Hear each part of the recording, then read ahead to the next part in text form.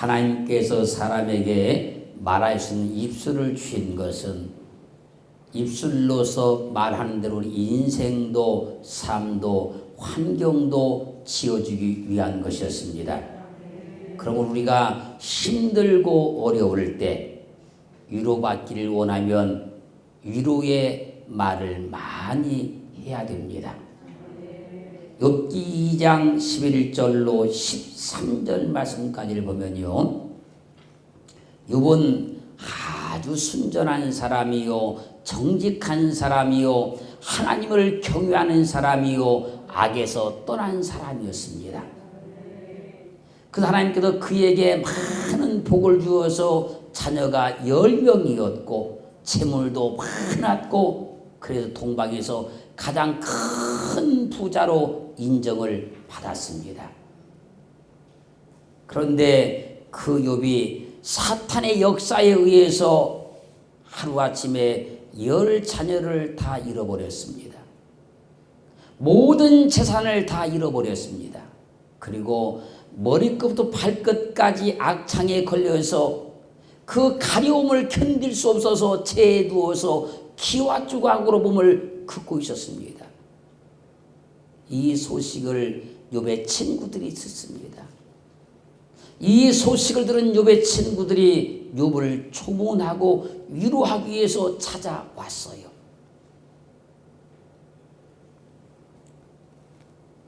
욥을 찾아와서 욥을 보니 얼마나 어려움을 많이 당했는지 그 몰골이 완전히 망가져 있는 거예요.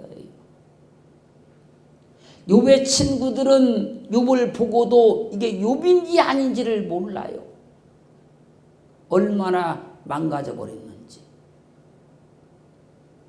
악창으로 처참하게 망가져 버린 욥을 보고 친구들은 만연자실해서 소리 지르고 울기 시작하는 거예요. 아이고 이 사람아 왜 이렇게 되어버렸는고. 믿음 좋은 자네가 어떻게 10자녀를 다 잃어버리고 말았는가. 자녀들을 그렇게 끔찍하게도 사랑하더니 어쩌다가 10자녀를 한순간에 다 잃어버렸는가. 그 많던 재산은 어떻게 해서 다 잃어버리고 말았는가. 그게 건강하던 자네가 왜 이렇게 되고 말았는가. 욥의 친구들은 욥을 위로하러 왔다가 위로도 제대로 못하고 망연자실해서 울고 또 울었습니다. 그렇습니다. 슬픔을 당한 사람을 위해서 울어주는 것이 위로입니다. 고통을 당하는 사람과 함께 울어주는 것이 위로인 거예요. 친구들은 처참하게 무너져버린 욥을 보고 할 말을 잃어버리고 욥을 붙들고 7일 동안을 울었어요. 로마서 12장 15절 하반절은 말씀하십니다. 우는 자들로 함께 울라. 그게 위로라는 거예요. 사랑하는 성도 여러분, 웃는 이웃의 슬픔이 우리의 기쁨이 되면 안 됩니다. 이웃의 실패가 나의 성공이 되면 안 되는 거예요. 사람들은요 이상한 심리를 가져가지고 이웃의 슬픔이 자기의 기쁨이 되려고 하고 이웃의 실패가 자기의 승리가 되려고 하는 거예요. 그래서 우는 자들과 함께 울 수가 없는 것이고 위로자의 삶을 살지 못하는 거예요. 남이 울면 함께 울어주는 것이 위로인 거예요. 우는 자들과 함께 울어주는 것보다 더 큰 위로가 없습니다. 우는 자들 자들과 함께 고통을 당해주는 것보다 더 큰 위로가 없는 거예요. 우는 자들과 함께 울면요, 그 아픔을 나눠서 져주는 거예요. 고통받는 사람에서 울어주면요, 그 고통을 내가 함께 져주는 겁니다. 욥의 친구들은 7일 7야를 욥과 함께 있으면서 욥의 곤고함이 얼마나 심한가 그걸 보고요, 말도 제대로 못하고 울기만 해요.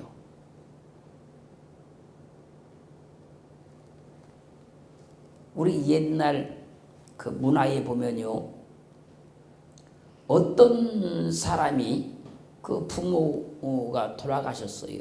그럼 그 친구들이 와서요, 그 밤을 새줍니다. 같이 와서 총만 하고 삥 가는 것이 아니고 밤을 같이 새주고 그 장례를 다 치를 때까지 같이 있어주는 거예요. 그게 위로예요.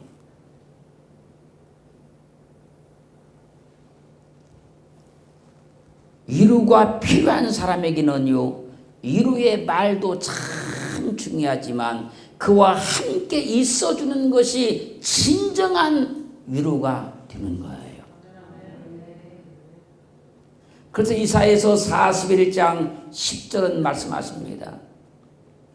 위로가 필요한 우리에게 하나님께서 말씀하십니다. 두려워 말라, 내가 너와 함께 함이니라.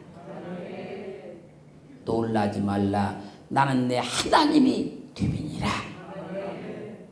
내가 너를 굳세게 하리라. 참으로 너를 도와주리라. 참으로 나의 의로운 오른손으로 너를 붙들어 주리라. 슬픔을 당한 사람, 고통을 당한 사람에게 가장 큰 위로는 함께 해주는 거예요. 그리고 마태복음 1장 23절은 증가합니다. 위로가 필요한 우리에게 예수 그리스도를 보내시면서 말씀하십니다. 보라, 처녀가 잉태의 아들을 낳을 것이요 그 이름을 임마누엘이라 하리라 하셨으니, 이를 번역한즉 하나님이 우리와 함께 하신다는 거예요. 그걸 위로라 그러는 거예요. 그래서 우리는 하나님을 위로의 하나님이다, 예수 그리스도는 위로의 주님이라고 말하는 거예요.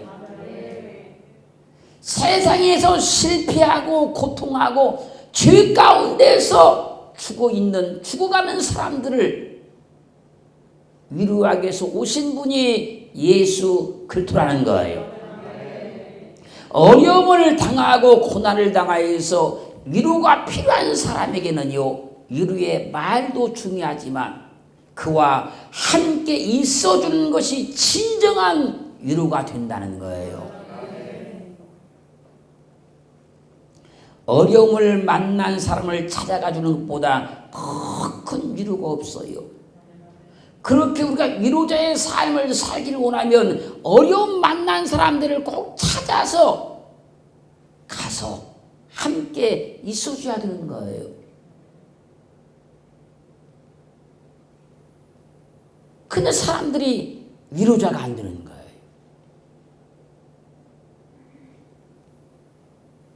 슬픔을 만난 사람에게는요, 찾아와 주는 것보다 더 큰 위로가 없는 거예요. 질병에 고통하는 사람에게는요, 찾아와 주는 것이 위로인 거예요, 여러분. 그러니까 병문안도 가는 거예요. 그래서 위로하러 가는 겁니다, 여러분. 물질로 어려움 당한 사람에게요, 찾아가 주는 것보다 더 큰 위로가 없는 거예요, 여러분. 그러므로 우리가 진정으로 위로자가 되기를 원하신다면 어려움을 만난 사람들을 많이 찾아가 주기를 주의 이름으로 간곡하게 부탁합니다.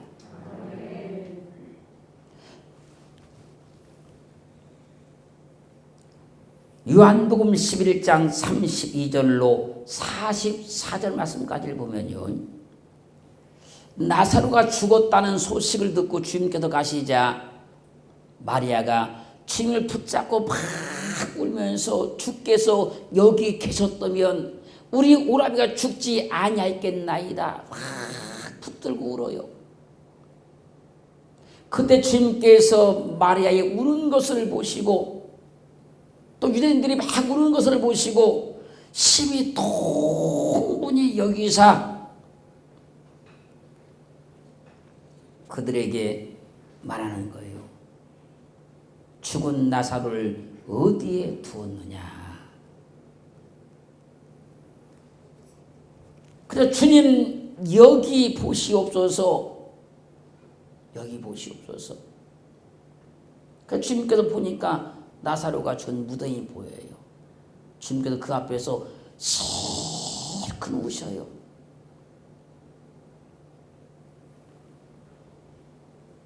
주님은요 우는 자들과 함께 울었어요.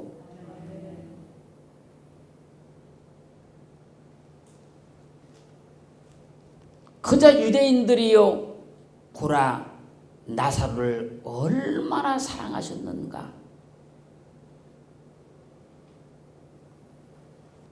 그럼 그들이 하는 말이 뭔지 아십니까? 소경의 눈을 뜨게 한 사람이 그게 깜찍이도 사랑했던 나사로를 죽지 않게 할 수는 없었더냐. 그냥 주님께서 나사로가 묻힌 무덤 앞에 서셔서 큰 소리 치십니다. 나사로야 나와라. 그러자 죽었던 나사로가 살아나서 수족을 배로 동인 채로 걸어서 나왔어요. 사랑하는 성도 여러분, 우리가 울면 주님도 우십니다. 우리가 아프면 주님도 아프신 거예요. 여러분, 어떤 사람들이 울 때 같이 울어줄 수 있어야 되는 것이고 어떤 사람들이 아플 때 같이 아파줄 수 있는 것이 믿음인 거예요, 여러분. 우리가 통곡하면요 주님도 함께 통곡하십니다. 그걸 위로라 그래요. 우리가 슬퍼하면 주님도 슬퍼하시고요 우리가 괴로우면 주님도 괴로워하시는 거예요.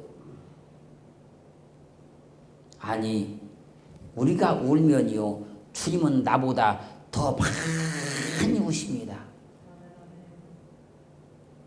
내가 한 번 울면 주님은 100번, 1000번 우셔요.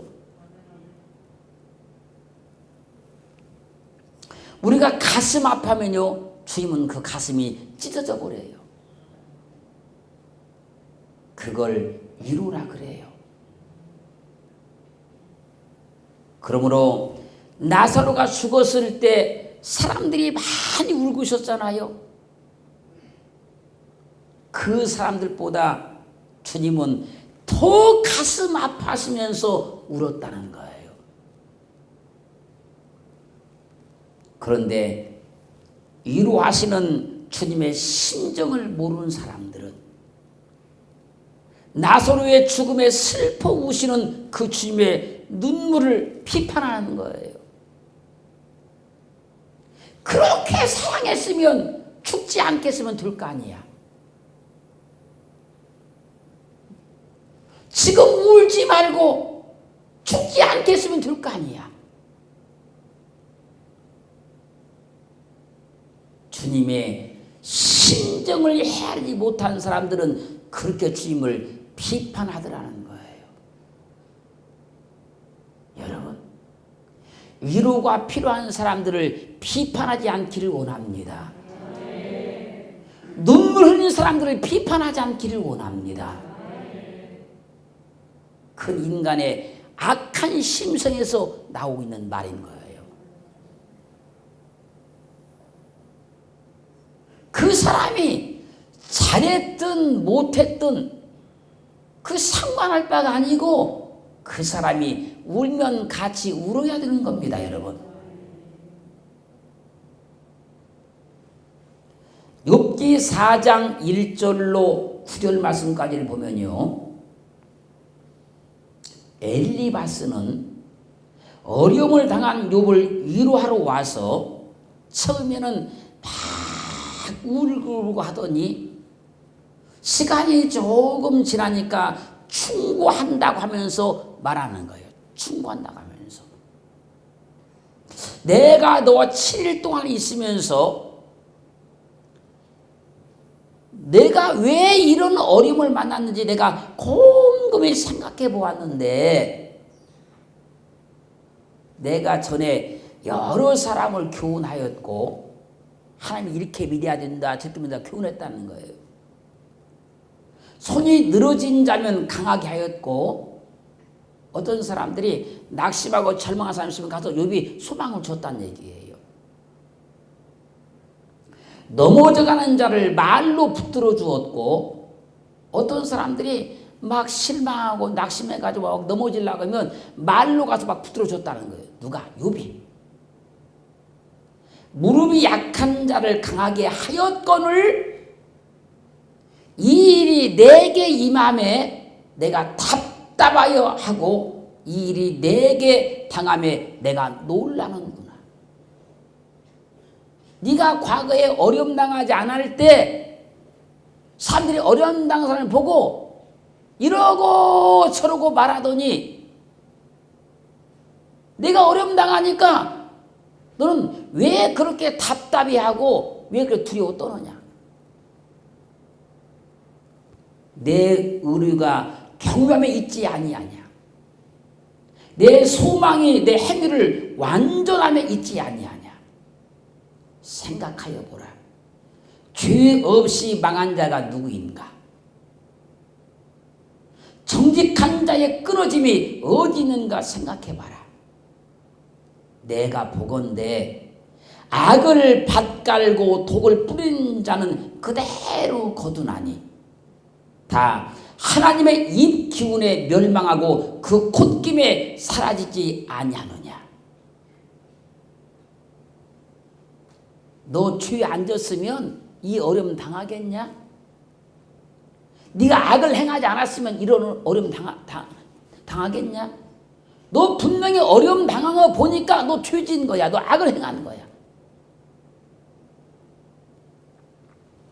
엘리바스는요, 어려움을 당한 욥을 위로하러 와서 위로는 안 하고 죄 없는 자가 왜 어려움 당하겠냐? 왜 망하겠냐?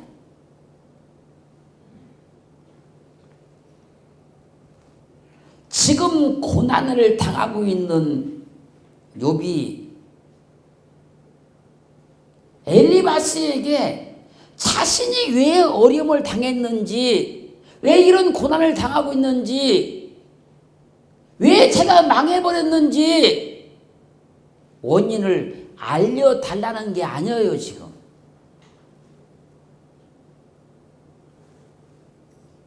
고난당하고 있는 욥이 엘리바스에게 어려움을 해결할 수 있는 지혜를 알려달라는 것도 아니에요. 여러분, 어려움을 만난 사람에게는요, 충고는 위로가 되지 않는 거예요. 고난을 만난 사람에게는 충고는 더 열받게 하는 거예요. 만약 여기 계신 우리 남성들 아내분이 어떤 사람들과의 관계에서 실수를 했어. 실수를 해가지고 그 사람으로부터 아주 좋지 않은 말을 많이 들었어. 그 마음이 막 속상해서 막 우는 거예요. 울면서 자기 마음을 속상했던 그 사람에 대해서 막 뭐라고 막 안 좋게 말을 해요. 그러면 대다수의 남편님들은 아내 말 듣고 왜 그 여자가 그랬는데 어째서 그 여자가 그랬는데 그 여자가 아무 이유도 없이 그랬겠어?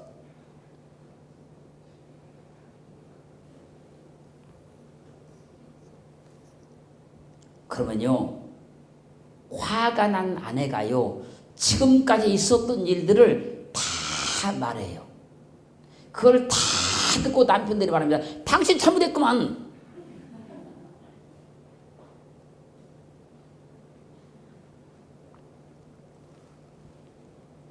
그럼 당신이 잘못한 거야. 이때 아내도요, 자신이 잘못한 건 다 알아요.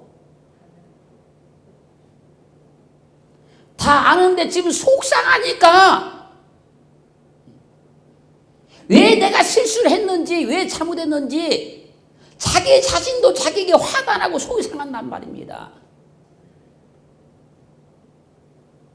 그러니까 내가 속상하니까 나 위로해달라고 하는 말인데 남편은 검사가 되어서 조사를 해가지고 판사가 되어서 판결을 딱 내려주는 거예요.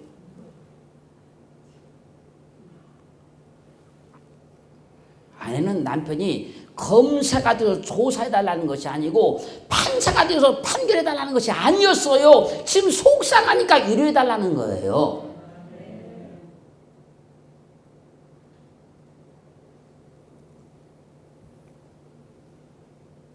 지금 나는 내 자신에게도 속이 상하고 안 좋은 말 들어도 속이 상하니까 위로해달라고 하는 말인데 옳고 그름을 따져가지고 판정을 해가지고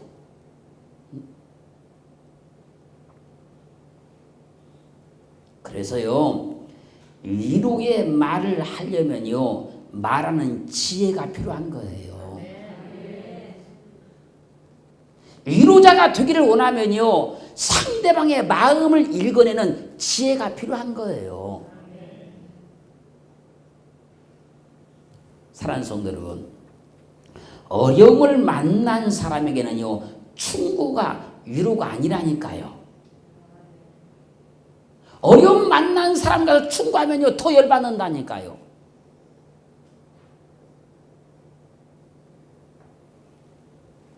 그 사람이요, 내가 이 어려움을 만난 원인이 무엇입니까? 어떻게 해결받습니까? 이렇게 물어볼 때는 괜찮지만 그러던 그 원인을 파악해주고 해결선 길을 알려주는 거예요. 그럴 때는. 근데 그것도 아니고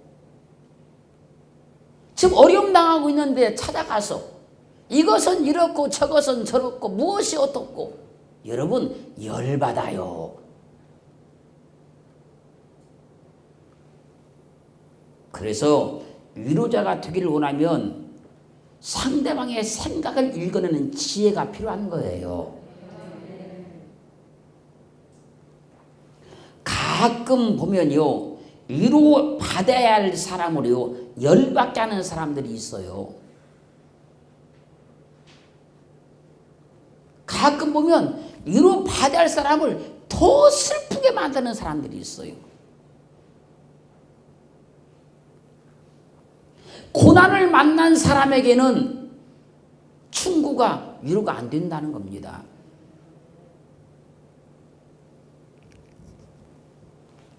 어려움을 만난 사람에게는요, 충고가 필요한 것이 아니고 위로가 필요한 거예요. 그러므로 위로하러 찾아갔으면 위로만 해야 되는 겁니다. 위로가 필요한 사람에게는 다른 말 하지 말고 위로만 해야 되는 거예요. 위로 받아야 할 사람에게는 다른 말 하지 말고 위로만 해야 되는 겁니다.